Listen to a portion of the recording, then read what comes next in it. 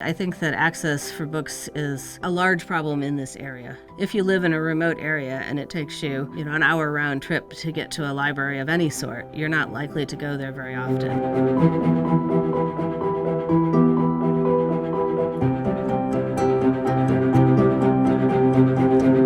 I'm Kimberly Brubaker Bradley. I am the author of 18 children's books and also one of the co-founders of Appalachian Literacy Initiative.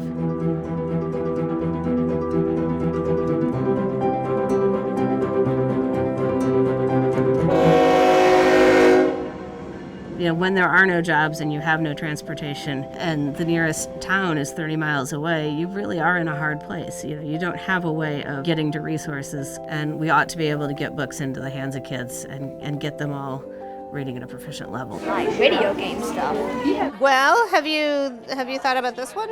And this is the illustrated version. It's a lot of words, but it's mostly pretty funny. For me, reading was always an adventure and an escape and something I loved to be doing. But it's also just a skill. Reading requires practice, just like any other thing, and it's really why access to books is the number one criteria on whether kids learn to read or not.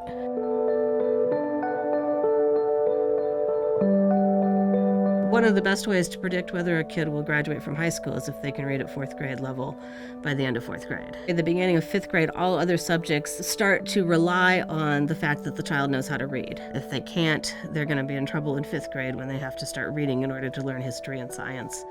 A child enrolled in the program gets 4 books a year to keep, and the teacher will end the year with a classroom set of 24. We expanded to fourth grade to fourth and fifth.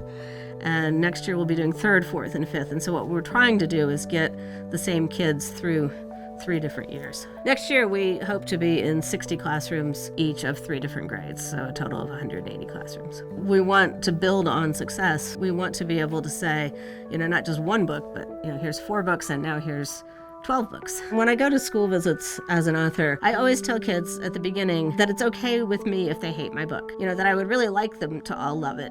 But if they hate it, that's okay. It doesn't mean they hate reading. It means they hate reading that book. Reading is just how you get to the story, and everybody loves stories. All we're trying to do is give them books that they have chosen, that they will enjoy, that they can keep, and help them learn that reading is something they can do, that it's something that can be fun, and that it's valuable. I get the most amazing letters sometimes from kids. We got one from a girl that said, I keep 2 of my books at home and 2 of them at school. And that way I always have something to read. That's telling you right there, those are her only books. We don't do it because of the praise, but knowing from a kid that you really have made a difference is fantastic.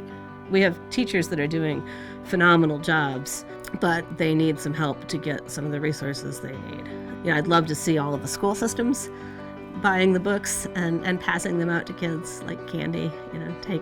Take the money they spend on testing, buy books, give them all away. But until they do, we're really glad that we can help. I heard one kid, as they were leaving a book fair, turn to another kid and say, "This is the best day